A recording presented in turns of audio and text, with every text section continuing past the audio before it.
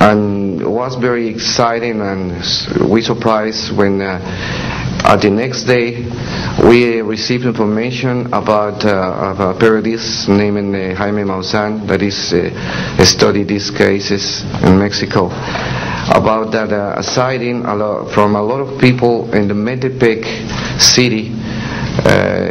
There is another point located southeast of the Toluca airport, about a sighting of the big flying saucer, apparently 50 meters of diameter, then for a lot of people, and that led the trashes something in the ground. Well, next November 24, 1994, we have on service officially our new radar system, and after that moment we have information very exactly about of these sightings at the same time with the pilots and detections. That's why I'm here, because we consider in my country that this is very dangerous. We have a lot of more cases, but I don't want to use more time in this. But it's very important that the people on the world knows these events and consider that could be very dangerous for aeronautical situation, especially in my country. I don't know why in my country that's occur frequently.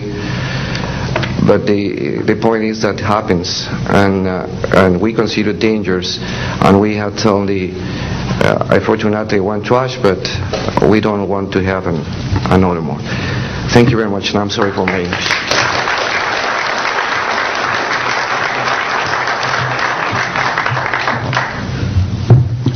My name is Graham Bethune. I'm a retired Navy commander, pilot, had a top secret clearance.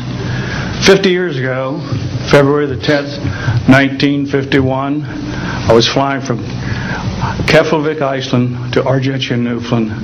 It was at night, it was dark. About 300 miles outside of Argentia, I saw a glow on the water, like approaching the city at night. As we approached this glow, it turned to a monstrous circle of white lights on the water. We watched this for a while. The lights went out. There was nothing on the water. Next thing we saw was a yellow halo, small, much smaller than whatever it was launched from, and that was 15 miles away, up to our altitude. Because of the trajectory, I disengaged the autopilot, shoved the nose over to try to go under this thing. At that time, I heard a noise underneath. I thought maybe it hit us. It was actually some of the crew members ducking, and they collided, and a couple of them were injured. Then it appeared over to the right and moved out slowly and flew with us. It was still not at our altitude, but we could see the shape of it. It had a dome. We could see the coronal discharge. I went back aft to let the other pilot, Al Jones, take my seat to see what the passenger's reaction was. Came back to the cockpit, told him not to report anything, simply because what the psychiatrist had said to me, maybe they would lock us up. So basically, the instruments in the cockpit, we had 4 or 5 failures. In the area of magnetic compass, the electromagnetic effect, in area of directional finders, and this type of thing. The craft was tracked by radar in excess of 1,800 miles an hour. It never did get to our altitude. We had 31 passengers, plus the psychiatrist and the crew members, that all cited this at different areas. When we landed at Argentia, Newfoundland, we were interrogated by the Air Force, an excellent interrogation, Captain Paulson. When we landed at the Naval Air Test Center here at Patuxent River, we were required by Navy intelligence to make out individual reports. Out of the National Archives, I have the 18-page official Navy and Air Force report. I've made up a report to straighten out all the truth. There's a stack of books out there this high that have written all of this up. So the truth is here. I will testify under oath before Congress that everything that I have said is true.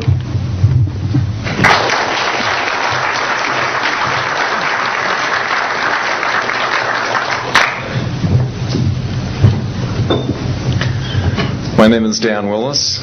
I was in the United States Navy. I held a top secret crypto level 14 extra sensitive material handling security clearance. I worked in the code room at the Naval Communications Station in San Francisco. In 1969, I received a priority message from a ship near Alaska that was classified as secret. The ship reported emerging out of the ocean near port bow a brightly glowing reddish-orange elliptical object approximately 70 feet in diameter, emerged out of the water, shot into space, traveling at about 7,000 miles per hour. This was tracked on ship's radar and substantiated. Years later, I worked at the Naval Electronic Engineering Center in San Diego for 13 years. The co-worker who I worked with worked at the NORAD facility.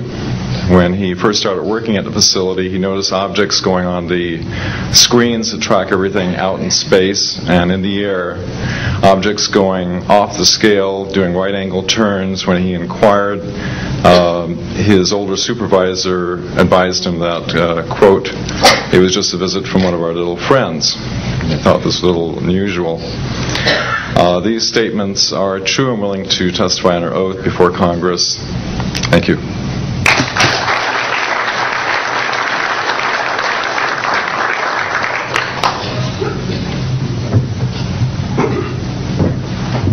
My name is Don Phillips. I was in the United States Air Force and had worked with certain intelligence agencies of the United States government. Prior to my Air Force, prior to joining the Air Force, I worked for the famous Lockheed Skunk Works.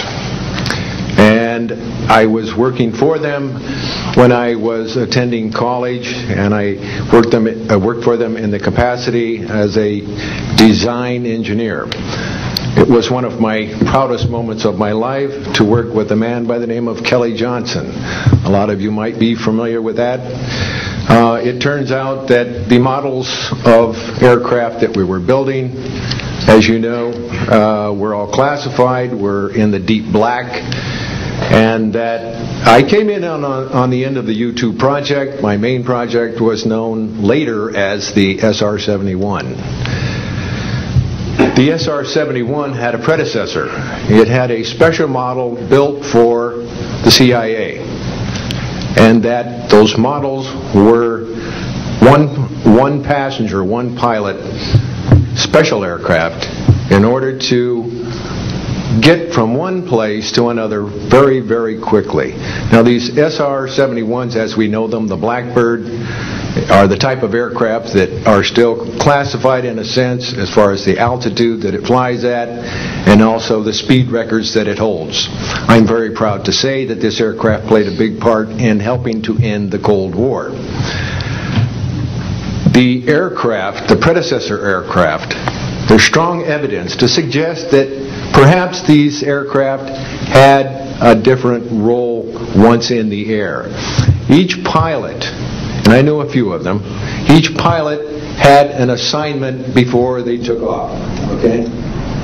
They learned about the assignment immediately prior to takeoff, and there's strong evidence to suggest that there was a dual role in that they were monitoring some type of traffic to and from planet Earth.